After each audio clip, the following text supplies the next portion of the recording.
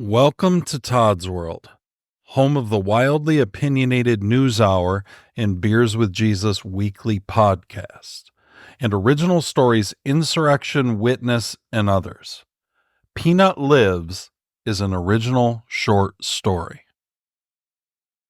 In the fall of 2024, jackbooted thugs from the New York Department of Environmental Conservation raided the home of Peanut, a pet squirrel made famous by his TikTok videos. And when they finally found the fugitive squirrel, the government euthanized Peanut in the name of public health. This is the story of what came after. The light was bright, almost blinding, and the squirrel blinked his round black eyes repeatedly from the intensity. The air smelled fresh and clean, and with every breath his small lungs filled with new life, and the scent of yellow maple leaves and freshly fallen acorns and ripe ears of corn washed over the small animal. Birds and squirrels chirped and chattered in the trees, leaping from branch to branch, reveling in the late afternoon sun. All around the squirrel, the forest erupted in a chorus of woodland sights and sounds, nature's own symphony alive and beating. The squirrel cowered on the ground next to a sprawling bush with glossy green leaves rustling in the breeze. He wasn't a wild squirrel. He had been rescued and domesticated from an early age. And then? It's a lot to take in at first. The gentle voice spoke next to him, and the squirrel startled at the sound, but he didn't run. He was used to humans. He had found a home with humans before the raid. The man sat on the ground next to the squirrel. They were sitting on the crest of a low hill, overlooking a wide meadow with a creek winding through the lush valley below them. A new urge rose up in the small, frightened animal, the urge to speak. And though somehow he understood the desire, it was completely foreign to him at the same time. Not completely, the man sitting next to him said, answering the racing thoughts in the squirrel's brain. The man smiled as he spoke, looking closely at the squirrel with kindness shining out from his big dark eyes. At the beginning of all things, speech was never reserved only for men. Much was lost in the fall. Much was forgotten.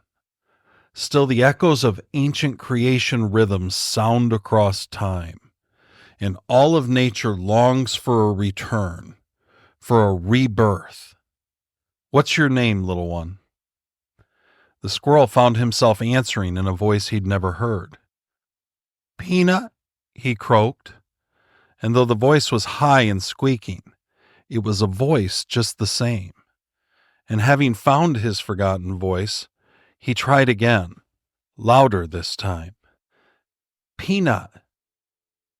The man's smile widened, and his eyes danced with the light of 1,000 sunrises. That's the way, Peanut. I'm Jesus, and though you don't know me, I know you very, very well, my small friend.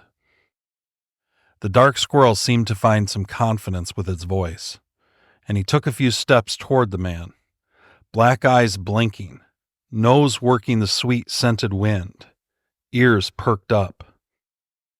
Where?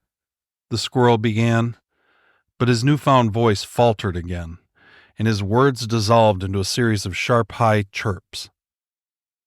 The man called Jesus didn't seem to mind.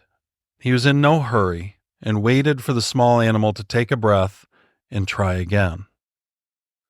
Where am I? Peanut finally asked. The man looked out over the woods and the stream stretching out below them. This is a new start, a fresh beginning for a new world, not complete by any stretch. Creation in the midst of being born. Then he turned his eyes back to the squirrel on the ground, trembling in spite of the sun's warmth. Think of it as setting off on a new adventure. What about my home? My parents? The squirrel was surprised to find the words coming easier. What do you remember? The man asked. Images filled the squirrel's mind. Pictures, snapshots frozen in time, though even the idea of time seemed lost to the world he once knew. He saw his home and his parents, smiling and laughing, a raccoon he used to play with, and other cast-off animals rescued by his parents. Then the pounding began, echoing through the quiet home from the front door, shaking the wall. Shadows shaped like men moved across the windows, voices yelling, heavy black boots thumping on hard floors. Peanut ran and hid, but the intruders searched and searched and searched until they found the squirrel and his raccoon friend. Thick leather gloves reached for him in the darkness, grabbing and pulling. Peanut screamed in fear and tried to bite the gloves, and then the darkness closed in and was all. It was too much for his newfound voice to find all the words. The squirrel trembled harder now as the fear of that fateful day flooded back. Then he felt the man's hands stroking the fur on his back, and he looked up at the man who was smiling again, and the fear retreated once more into memory. "Why don't you scamper up on my shoulder and take a walk with me?" the man said. And Peanut did just that, with an ease and dexterity born of long practice.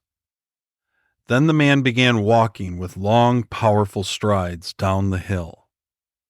Birds of all colors, shapes, and sizes circled the air around them. Large brown grasshoppers sprang out of the long grass in front of them as he moved toward the winding stream, not far in the distance. The stream's water sparkled in the sunlight as it danced and ran between the green banks on either side. A large willow arched over the water from the far bank, and its long, thin branches hung down almost to the water. Beyond the wide stream, the land rose again, a forest of pines and hardwoods taking over. Then they were next to the water, on the grassy bank, and the man called Jesus, with the squirrel called Peanut on his shoulder, stood looking down together at the bright sun reflecting off the water running over smooth, colored rocks and boulders. Neither spoke as the stream moved past.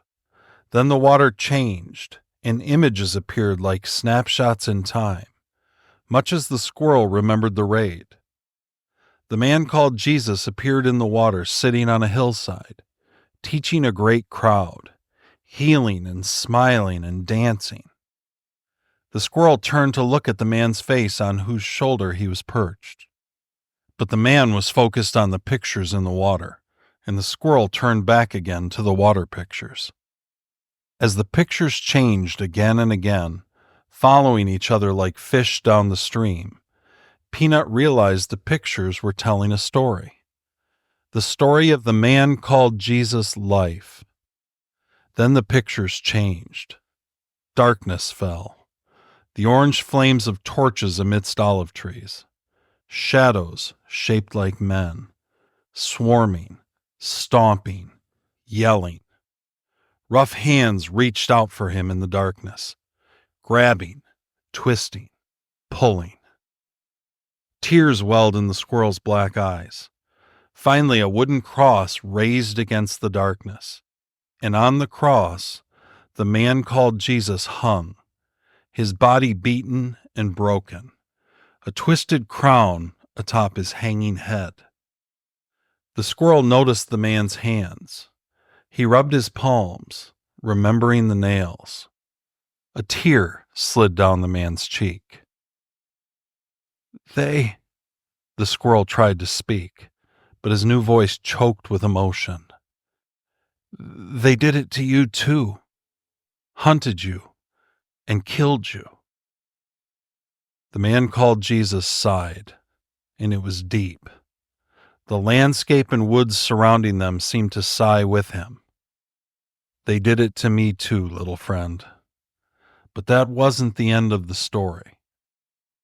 The water picture changed again, replaced by a sunrise, shining and glorious, over a hill, and a cave fashioned into a tomb. The tomb was open. The stone rolled away. The squirrel called Peanut pondered the empty tomb and the sunrise. Then he closed his black eyes and nuzzled the man's cheek. And the man called Jesus smiled again. And all around them the world came back to life. Birds fluttered and sang, crickets chirped, the sweet-scented wind rustled through the willow.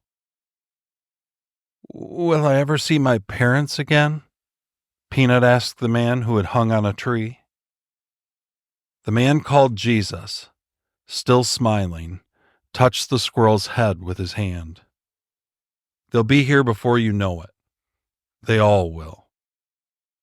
Then the man stepped off the bank onto the water, and the pictures were gone. But his foot didn't sink into the water. Instead, the water molded to the shape of his foot and held strong, supporting the man's weight. Together, they crossed the stream, walking on the water. On the other side, with the sun shining down on their faces, the squirrel had one last question. "What do you call this place?" the squirrel asked. The man called Jesus laughed, and the noise of his laughter rang out clear and loud.